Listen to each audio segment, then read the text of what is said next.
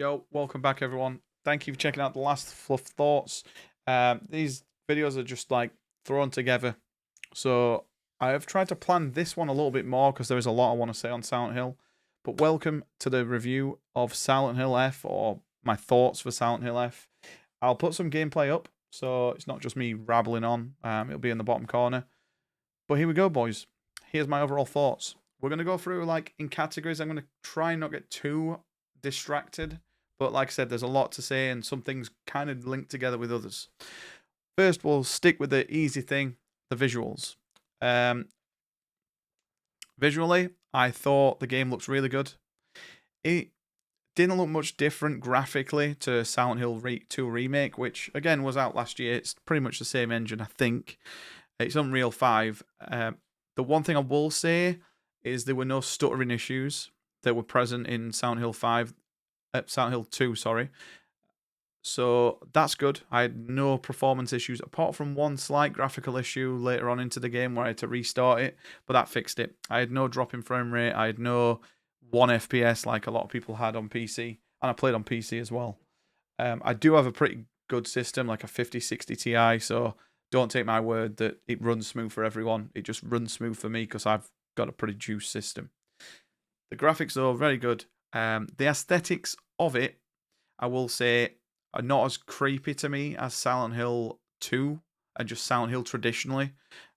The world that you go in, the cursed world, like the Silent Hill type place where it's all cursed, it kind of, if I had to describe it, it's just dark and gooey. And you'll understand when you play it yourself. Obviously, this is going to be very spoiler heavy. I'm going to go into spoilers. So if you've not played it yet, don't watch the video. But yeah, I'm going to be mentioning spoilers. But you'll understand what I mean by gooey, like the red, the gory stuff that appears throughout the game in the real world and in the curse world. It just doesn't do it for me, as opposed to like rusted, gritty, foggy. Don't get me wrong, there still is fog present throughout the game, but it's not as big of a factor. Next, boys, we're going to talk about the story. Again, I'm only going to go over slight it. I'm going to basically tell you the premise of the story, including the end. You can only get one ending, just to let you know, on your first playthrough. So even if you figure out, which a lot of people have done, and I didn't figure out, funnily enough, till halfway through the game, that these pearls that we're taking might have something to do with what's going on. But basically, you play as a character, young girl called Hinoko Shimuzu, which I am guessing she's a schoolgirl as she's in school uniform or some sort of outfit for school. She's got friends that are in school. I presume she's underage. Now, the way they've gone with this game is that you don't use weapons at all, even though it's set in the 70s, I think. You don't use guns whatsoever. It's complete melee. Now, I'm not really sure why they've gone for the excuse of, well, she's athletic, she's sporty, so she can wield a bat. I understand that, but why she can wield all these funky like daggers and long weapons? It just, to me, it's a bit far fetched. A gun, I get why they've gone for this because of the type of game it is, but yeah, I don't really it doesn't make it believable to me that this young girl can wield all these weapons. She has no sort of martial arts background as far as I'm aware, so that's a bit weird. But I'm not going to pick on it too much. I'm not going to mark the game down for it, certainly. But a lot of the game is set, well, the whole game is set in a village. I can't remember what the village is called. I've made a load of notes, so if I keep looking down, that's what I'm looking at. The village that you live in, or the town, kind of gets taken over by this presence, this fog. And pretty early on, you find out that the character is being, her mum and dad wanted to have an arranged marriage, so go into an arranged marriage with someone. And a lot of this is the struggles that she goes through to basically, she doesn't want to do it basically. She wants to rebel. She has someone that she's kind of sweet on in real life, or that she's sweet on in her own, friendship group. And she doesn't want to be with this person, whoever it is, that her mum and dad want her to marry. She gets a lot of headaches, or she suffers from something that requires her to take these pills. Now, the pills are very central to the story, and I would argue it's the only link this game has to Silent Hill, or any Silent Hill that we've played. They're made from, I've made a note of it. You find a note in the game. It's made from something called Hakokrushi. Hakokushu, however you say that, which is similar to the White Claudia, which is a herb that grows near water sources in the town of Silent Hill. So it's what obviously is in Silent Hill in the early game, in the first game. That's the only link really, but you taking these pills makes her go into these like states of like taking these pills and she's kind of hallucinating. The end of the game basically ends no matter what. If you take one pill, if you take 1,000 pills, if you take 0 pills in the game, the end you get is she ends up going to this arranged marriage and killing a bunch of people at it and running off. And that's the end. It's only until you get the other endings where you don't take any pills that you can get different endings. In a way, I kind of think that's cool because it's forcing you to play it again. But again, if you figure this out on your first playthrough, there shouldn't be anything that's stopping you from getting a different ending. And I feel a lot of people are going to be kind of cheesed off if they figure out early, don't take this source of health the whole way through the game, and then figure, well, shit, it didn't matter. We got this ending no matter what anyway. So the story is good. I'm only going to go over it very briefly. He has its good little twists. The characters are all kind of cool. There's a character that's a little bitch that you'll learn to hate. I forget her name, but she's basically the person who is friends with the guy that you like, and she's trying to turn him against you all the time by saying that you don't exist, you're dead, and she pushes you down the stairs at one bit. She's just a fucking bitch. So yeah, characters I didn't mind too much. Let's get into the part of the game that is pretty much the main focus, and it's the part I don't like the most, which is the combat. Now, I played it on hard. I'm going to say that first. I always like to challenge myself in survival horrors because I feel that they're made to be played on a harder difficulty. So if you get hit, you have to use your inventory. There's nothing worse than getting to the end of Resident Evil and you've got a bazillion ammo, and it's like, well, I'm a one-man army now. It's so much cooler being like, I've got to choose between, I've got these 2 health items, but I've only got this amount of bullets or this amount of whatever. So this game felt very much like that, and that's one thing I will give it props to, is that I pretty much always had very few items at all points. Now it's partly to me sucking, but it's also kind of good that I got through it. I didn't get to any point in the game where I just ran out of everything. Now maybe if I wasn't using the pills, that would be a different story. But the combat in itself, it just feels really clunky. It doesn't feel any better or any worse than Silent Hill 2 Remake. In fact, I would probably say it does feel, I'd be leaning towards saying it feels worse. The fact that stamina is so, it feels like it takes an age to get your stamina back. And until you upgrade it, which I'll go into in a minute, but until you upgrade it, you just feel like you can hit them once and then you have to back off. You can't really afford to dodge. If you dodge once, you can do like a perfect dodge and get all your stamina back. But if you miss timing, you're kind of opening yourself up to take a hit. And if you take a hit, then you've got no stamina and you're also taking a hit and you're probably going to get a hit again. So the combat just feels unforgiving, which I don't mind. I'm playing on hard, but also like unfair and unforgiving. So like, for example, you'll be near a wall and you'll have a big pole arm, or you might have a weapon, you'll go to swing and you'll hit the wall. But the enemies, they'll go to swing near you and they'll go through the wall. So I know with light attacks that doesn't happen as consistently, but if you're strong attacking, you're constantly going to fall into problems where you're hitting the wall constantly, and it's really frustrating. The amount of times I just let things kill me and just reloaded because I died to that, I couldn't even tell you how many times. Well, going back into the upgrade system, I'll dabble a bit in that for a little bit.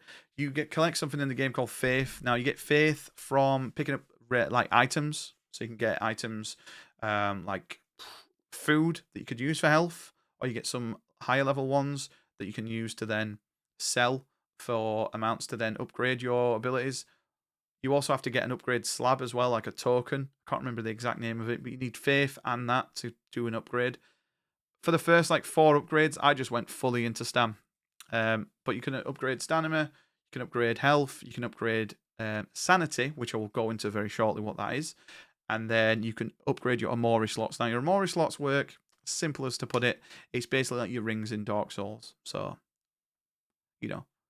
light attacks take less stamina or whatever.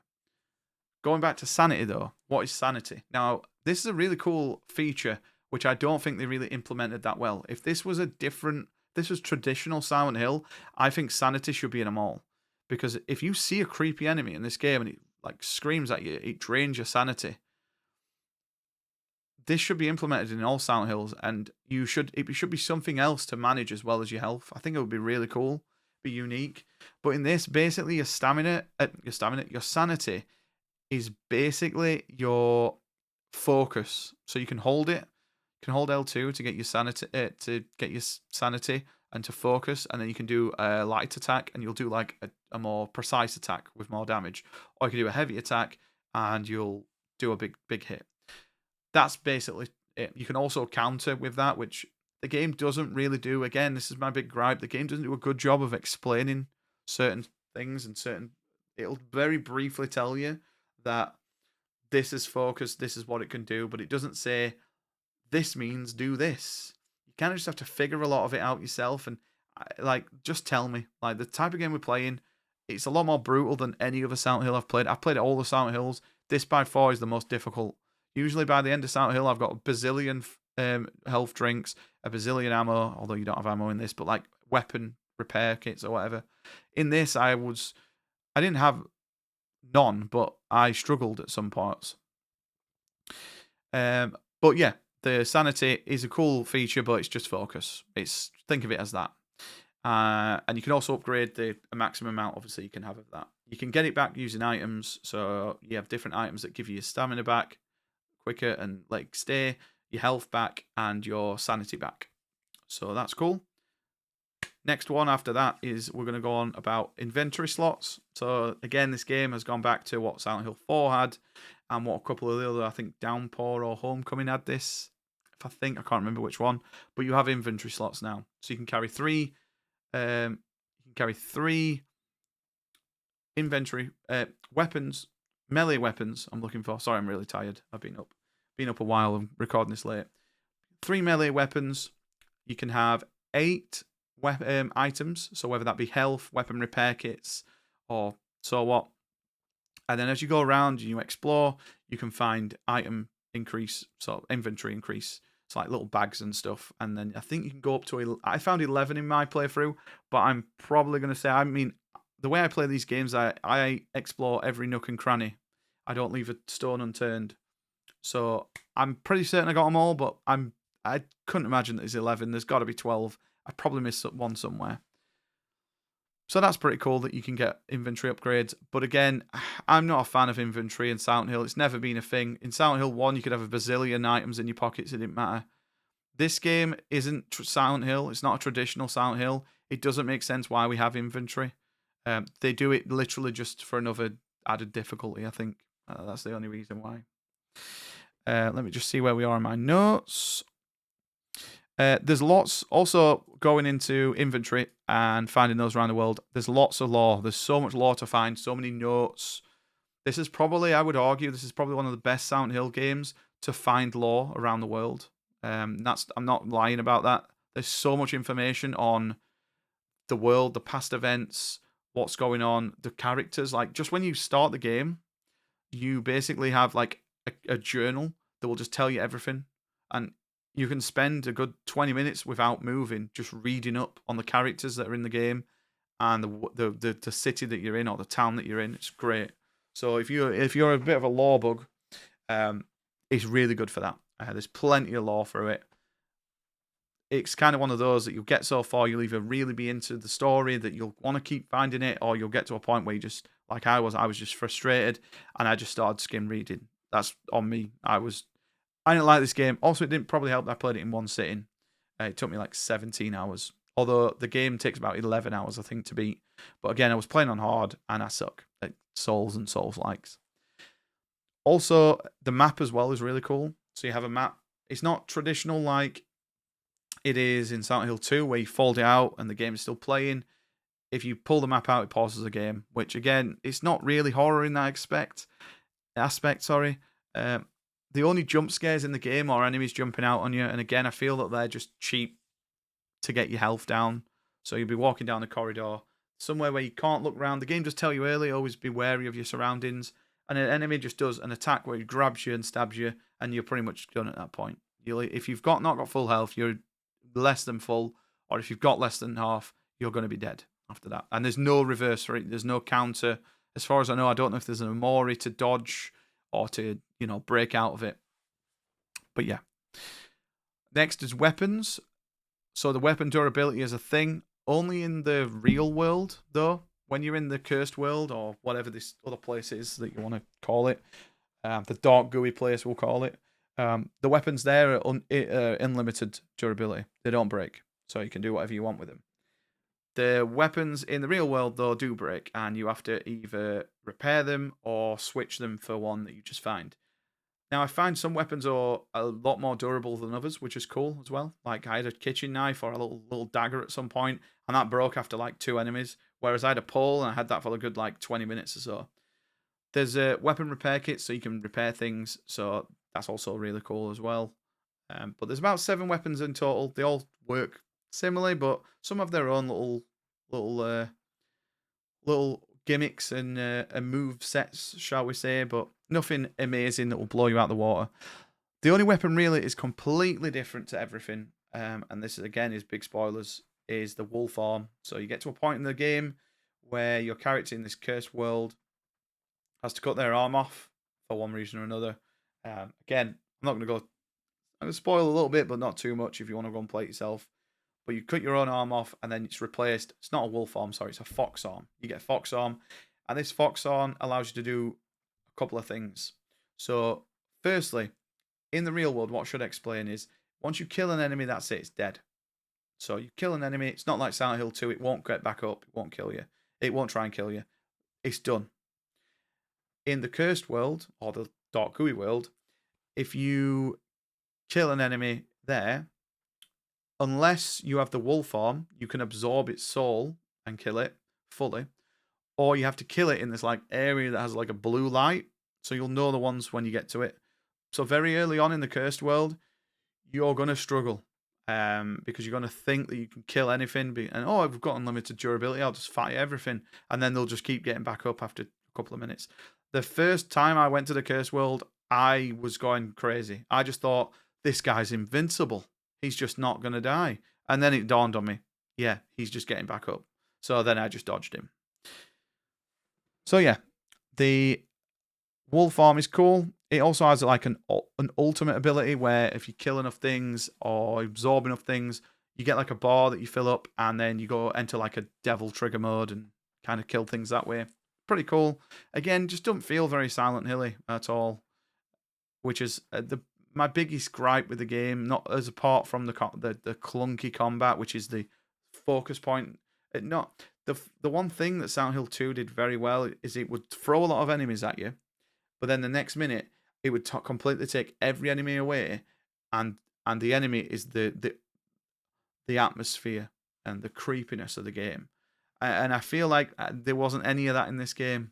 I know it's a totally different gameplay, it's a totally different feel, but that's one thing I was missing. And I know some people said they didn't necessarily like that, but for me, that's what Silent Hill is about. It's 50-50. It's atmosphere and creepy fucking enemies that are going to kill you.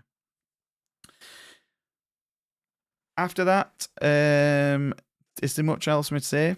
No, I think that's about everything I want to say. Overall, I enjoyed the story, but the gameplay really stopped me from loving it, if I'm to be honest. I like that they're trying something different. I'm just hoping that they go, we've tried Souls-like now, so let's put that to one side. The promising thing with this, though, now, since I've done this review, is that Konami have announced a new Silent Hill game. I don't remember the name of it. It's coming out next year. It's done by the same people that did Stories Untold. Now, if you've never played Stories Untold, I've never played it, but I've seen it. It's a narrative horror game where you basically type things in to a computer and it'll tell a story, and depending on what you put in or what you choose is the outcome. This looks like this new Silent Hill is going to be very much like that, which if this is the direction that they're going to go with Silent Hill, and maybe just remake the old ones traditionally, but have all the new ones be these different types of horror game, I'm for that. If I'm to be honest, let's do that. I think that would be absolutely brilliant if they were to do that. Personally, I think just be a bit niche. Go for it. It's better than just Souls-like, and it's better than just being traditional Silent Hill. Although that's what the majority of us fans want. I think try and change things up a little bit as well. Look what Resident Evil have done. They kind of tried the action side, didn't really work out for them. They've gone now to more first person. 7 felt a lot scarier than 8. 9 looks like it's going to be a lot spookier. So maybe we get a first person Silent Hill, a bit like PT. So who knows? The future is definitely bright though. I would say this is a step in the right direction. I scored this game pretty low when I played it. I gave it like a 6. I don't think it's a 6. I think that was me just being salty. If after a second playthrough, once I've got a different ending, maybe I'll score it maybe a 7.5. But Souls likes are just not my thing. As much as I love Silent Hill, I love the original trilogy so much. I can't rate this any higher than a 7. Like, I just can't. The game, I didn't enjoy the game. I didn't think the combat, because the combat was such a focal point of the game and the horror elements weren't and the world wasn't. I can't. It's just, to me, it's not Silent Hill. So that's my thoughts. Thank you for listening to me rabble on. Let me know down below what you thought of Silent Hill F and what your thoughts on the new Silent Hill that just got announced. Are you excited for Silent Hill Remake? I am very much excited for Silent Hill Remake. And we will catch you in the next Fluff Thoughts. Thank you. Goodbye.